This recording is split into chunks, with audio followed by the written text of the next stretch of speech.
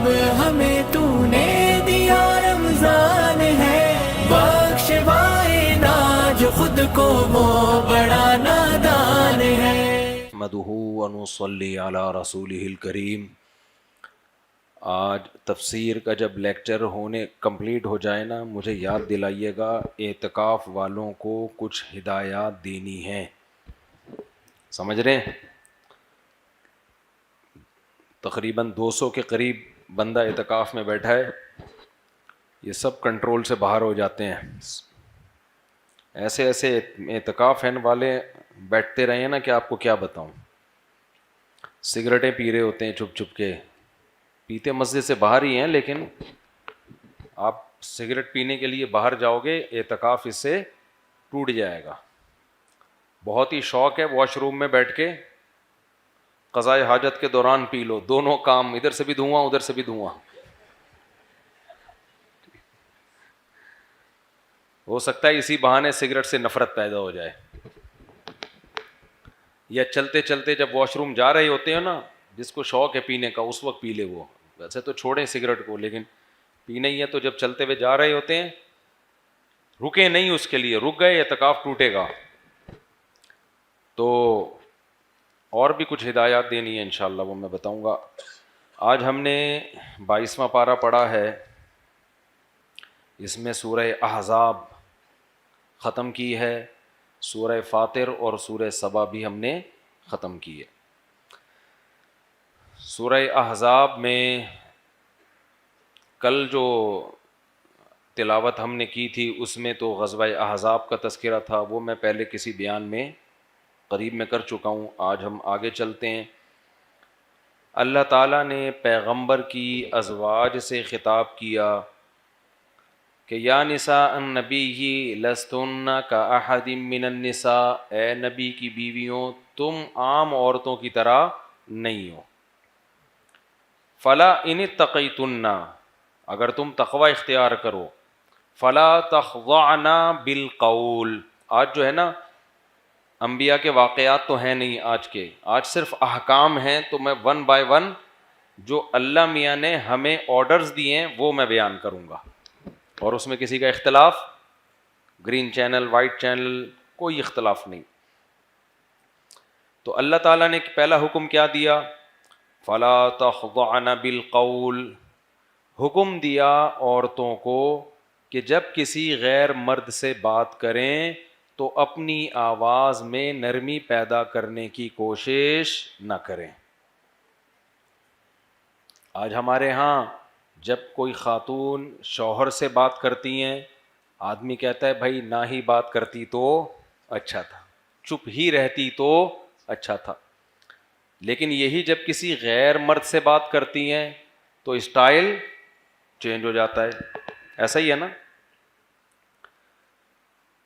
تو دیکھو سیکولر لوگوں کے اصول دنیا میں رہنے کے کچھ اور ہیں، آپ ہمارے ہاں فیصلہ ہی نہیں ہو رہا ہے، جیسے ہمارے یہاں فیصلہ ہی نہیں ہو رہا ہے کہ ہم نے انگلش سیکھنی ہے کہ اردو، ہم نے آگے جو سسٹم ہے سارا ہمارا انگلش میں چلے گا یا اردو میں، تو نہ اردو کے رہے ہیں نہ انگلش کے رہے ہیں۔ جاپانیوں نے فیصلہ کرنا تھا جیپنیز میں سب کچھ ہوگا، فرانسیسیوں نے فیصلہ کر لیا تھا فرینچ میں ہوگا سب کچھ، وہ کہیں نہ کہیں نکل گئے۔ انڈیا نے فیصلہ کر لیا انگلش میں ہوگا تو وہ بھی نکل گئے۔ ہمیں پتہ ہی نہیں چل رہا کہ ہماری زبان ہے کون سی، نہ ادھر کے رہے ہم نہ ادھر کے رہے۔ کسی نے کہا کہ یہ قوم کیسے ترقی کرے گی، مقامی زبان پنجابی گھر میں جو بولی جا رہی ہے یا پشتو بولی جا رہی ہے، اسکول میں اردو، سرکاری زبان انگلش، مذہب کی زبان عربی، اور قبر میں جو سوال ہوگا وہ کس میں ہوگا؟ عربی میں ہوگا۔ خیر وہ تو اللہ سکھا دے گا آپ کو۔ تو گھر میں الگ زبان بولی جا رہی ہے، ماں باپ کے ساتھ، دوستوں کے ساتھ الگ زبان بولی جا رہی ہے، دفتری زبان الگ ہے، عدالتی زبان الگ ہے، اور اسکولوں کی زبان الگ ہے۔ پھر اسکولوں میں میٹرک تک الگ ہے، پھر یونیورسٹیوں میں الگ ہے، تو بڑا ہی غرق ہو گیا۔ خیر تو ہمیں بھی یہ سمجھ میں نہیں آ رہا کہ ہم مذہب کو فالو کرنے والے لوگ ہیں، ہم مسلمان ہیں، یا ہم نے گوروں سے قوانین لینے ہیں۔ ان کے ہاں وہ براڈ مائنڈیڈ ہیں, ان کے ہاں جتنا عورت کسی غیر مرد سے لچک کے بات کرے گی نا, اسٹائل میں بات کرے گی, یہ اس کے ایٹیٹیوڈ سمجھے جاتا ہے کہ یار سبحان اللہ, اس کو بولتے ہیں اسٹائل, بالکل ایئر ہوسٹس والا حساب کتاب. تو اللہ تعالیٰ نے پہلا حکم عورتوں کو کیا دیا, نبی کی بیویوں کو دیا جا رہا ہے, لیکن اس پر اجماع ہے کہ اصل میں ساری دنیا کی ساری عورتوں کو یہ حکم دیا جا رہا ہے ان کے واسطے سے. تو فلا تخضعن بالقول, اللہ کہتے ہیں عورت کسی غیر مرد سے جب بات کرے تو اپنی آواز میں نرمی پیدا کرنے کی کوشش نہ کرے, فری ہونے کی کوشش نہ کرے, ایسا اسٹائل اختیار نہ کرے کہ مرد اس کی طرف کھنچے, جبکہ ہمارے ہاں جان کر ایسا اسٹائل اختیار کیا جا رہا ہوتا ہے کہ آدمی اس کی طرف کھنچتا چلا جائے. پہلا حکم اللہ نے یہ دیا, فرمایا فَيَطْمَعَ الَّذِي فِي قَلْبِهِ مَرَضٌ وَقُلْنَ قَوْلًا مَّعْرُوفًا, بات بھی معروف بات کریں. معروف بات کا کیا مطلب؟ کوئی ضروری بات کسی سے جب کرنا پڑ جائے کسی غیر مرد سے تو بات بھی کیا ہو؟ معروف. معروف کا مطلب بھلی بات ہو, ٹو دا پوائنٹ بات ہو, بات میں غیر ضروری طول بھی نہ دیا جائے. اس نے آپ سے جو پوچھا ہے, کوئی ضروری بات پوچھی ہے, تو ٹو دا پوائنٹ بات اس کو بتا دی جائے. تو معروف کی فہرست یعنی مفہوم بہت وسیع ہے, کوئی بھی ایسی بات کرنا جو شریعت کے خلاف ہو اس کی اجازت نہیں ہے. تیسرا حکم اللہ نے کیا دیا؟ پہلا حکم سمجھ میں آ گیا نا, نرم لہجے میں بات نہیں کرنی. دوسرا حکم بات بھی ٹو دا پوائنٹ کرنی ہے, کوئی فحش بات نہیں کرنی, غلط بات نہیں کرنی. جو کوئی ضروری بات, کبھی بعض دفعہ بات کرنی پڑ بھی جاتی ہے نا غیر مرد سے, ضروری بات کرنی ہے. تیسری بات وَقَرْنَ فِي بُيُوتِكُنَّ, اپنے گھروں میں قرار پکڑو. یہ بھی اسلام کا ایک ایسا حکم ہے جو پہلے ساری دنیا میں تھا, گوروں نے آ کے اس کو کیا کر دیا؟ چینج. جب انگریزوں نے مذہب سے بغاوت کی ہے نا, اچھا بغاوت بھی پتہ ہے کیوں کی ہے؟ آج سے 500-600 سال پہلے تک انگریز آتے تھے ہماری یونیورسٹیوں میں پڑھنے کے لیے, اندلس جایا کرتے تھے. جب یہ ہماری یونیورسٹیوں پڑھنے کے لیے آتے تو ہمارے مذہبی اسکالرس کو دیکھتے کہ یار یہ تو بڑے ایجوکیٹڈ ہیں, یہ مذہب بھی جانتے ہیں, سائنس اور ٹیکنالوجی بھی جانتے ہیں, ان کی یونیورسٹیوں میں قرآن بھی پڑھایا جا رہا ہے, حدیث بھی پڑھائی جا رہی ہے, فقہ بھی پڑھایا جا رہا ہے, فلکیات بھی انہی کی یونیورسٹیوں میں, میڈیکل سائنس بھی انہی کی یونیورسٹیوں میں. ان کے ہاں تو مذہب اور سائنس میں کوئی فرق ہے ہی نہیں, اور یہ دنا دن ترقی پہ ترقی کرتے چلے جا رہے ہیں. یہ ہوتا تھا, یہ گوروں کا اعتراف ہے خود. جب یہ اپنی سوسائٹی میں جاتے تو اپنے پادریوں کو دیکھتے کہ یار وہ ایک الگ ہی دنیا میں لے کے جا رہے ہیں. بالکل وہی حساب جو آج فنڈامنٹلسٹ مولاناؤں کا ہے, وہ کس کا تھا؟ پادریوں کا تھا. پادری ایسی بات کرتے جو بالکل یعنی ان کا تھا ہی نہیں سائنس اور ٹیکنالوجی سے کوئی لین دین, اور مذہب بھی ان کا مسخ شدہ تھا. جو عیسائیت کا تو بیڑا غرق ہو گیا تھا نا, مذہب کی جو اوریجنل تعلیمات تھیں ان کا ستیہ ناس ہو گیا تھا. پھر وہ پادریوں کی اپنی چودراہٹیں, مذہب کی اجارہ داری.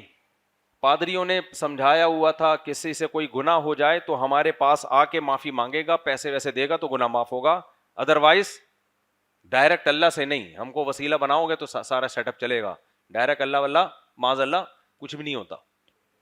یہ ان لوگوں کی سوچ تھی. تو پیچھے کو دھکیل رہے تھے وہ لوگ دنیا کو رہبانیت کی طرف. دنیا سے بے رغبتی کا مطلب یہ تھا دنیا چھوڑ دو. تو وہاں سے ان کے ہاں مذہب سے بغاوت شروع ہوئی ہے. انہیں اندازہ ہو گیا کہ ہماری سوسائٹی میں جب تک مذہب ہے ہم اس وقت تک ترقی بولو نہیں کر سکتے. ان کو نکالنا پڑے گا سوسائٹی سے, پادریوں کو. وہی حساب جو آج بہت سارے مولاناؤں کا ہو گیا ہے نا, فنڈامنٹلسٹ بنے ہوئے ہیں, بالکل ایک الگ ہی دنیا میں بند گلی میں لوگوں کو دھکیل رہے ہیں. لیکن مسلمانوں میں چونکہ نبی صلی اللہ علیہ وسلم نے فرمایا امت گمراہی پہ جمع ہوگی نہیں, تو اس حدیث کا مطلب یہ ہوا کہ عیسائیت کا تو بیڑا غرق کر دیا پادریوں نے, سارے ہی خراب ہو گئے. لیکن اس امت میں چونکہ نبی آخری نبی ہیں, عیسائیوں کے بعد تو نبی نے آنا تھا نا, اس امت میں نبی کے بعد کوئی نبی نہیں آئیں گے, تو اس لیے یہ امت گمراہی پہ جمع نہیں ہوگی. اس میں اگر 2 نمبر مولوی ہوں گے تو 1 نمبر بھی اسی امت میں ہوں گے, 2 نمبر علماء ہوں گے تو 1 نمبر بھی ہوں گے. پوری امت گمراہ نہیں ہوگی, اور مذہب مسخ نہیں ہو سکتا. امت گمراہی پہ جمع نہیں ہو سکتی. سمجھتے ہو کہ نہیں سمجھتے ہو؟ لیکن یہ ضرور ہے کہ جو برائیاں پچھلی امتوں میں ہوئی ہیں جزوی طور پر اس امت میں بھی وہ برائیاں آئیں گی, جزوی طور پر آئیں گی, کلی طور پر نہیں آ سکتی کہ پوری امت سارے علماء ہی خراب ہو جائیں. تو یورپ میں پھر وہاں سے مذہب سے بغاوت شروع ہوئی ہے. سمجھ رہے ہو کہ یار یہ مذہب ہے جو ہمیں ترقی نہیں کرنے دیتا, کیونکہ اب وہ ایسا تو نہیں ہوتا نا پوری قوم اسلام قبول کر لیتی, وہ تو اپنے باپ داداؤں کے دین اور مذہب سے تو لوگوں کو محبت ہوتی ہے. تو نتیجہ کیا نکلا بھائی, انہوں نے, اور پھر مسلمان بھی تنزل کی طرف جانا شروع ہو گئے تھے. تو انہوں نے کیا کیا کہ جب آپ کو پتا ہے ری ایکشن ہوتا ہے نا, تو نیوٹن کا قانون آپ نے پڑھا ہوگا, ہر ایکشن کا ایک ری ایکشن ہوتا ہے, جتنا پاورفل ایکشن ہوگا ری ایکشن بھی اتنا ہی پاورفل ہوگا. یہ قانون تو پڑھا ہوا ہے نا آپ لوگوں نے, نہیں بھی پڑھا ہوا ہو تو ویسے ہی مشاہدے کی چیز ہے. ایک تھپڑ کسی کو لگاؤ تو سامنے والا بھی اسی سٹائل سے لگائے گا, وہ نہیں لگائے گا اس کا ابا لگا دے گا آکے. اس قانون کا یہ مطلب نہیں ہے کہ تھپڑ لگاؤ, اس قانون کا اصل مطلب ہے جب تھپڑ آپ کے اس کے لگے گا نا تو آپ کے چانٹے پہ بھی, یعنی جتنی زور سے اس کے منہ پہ آپ تماچا لگائیں گے تو آپ کے تماچے پہ اس کا منہ بھی اتنی زور سے لگے گا.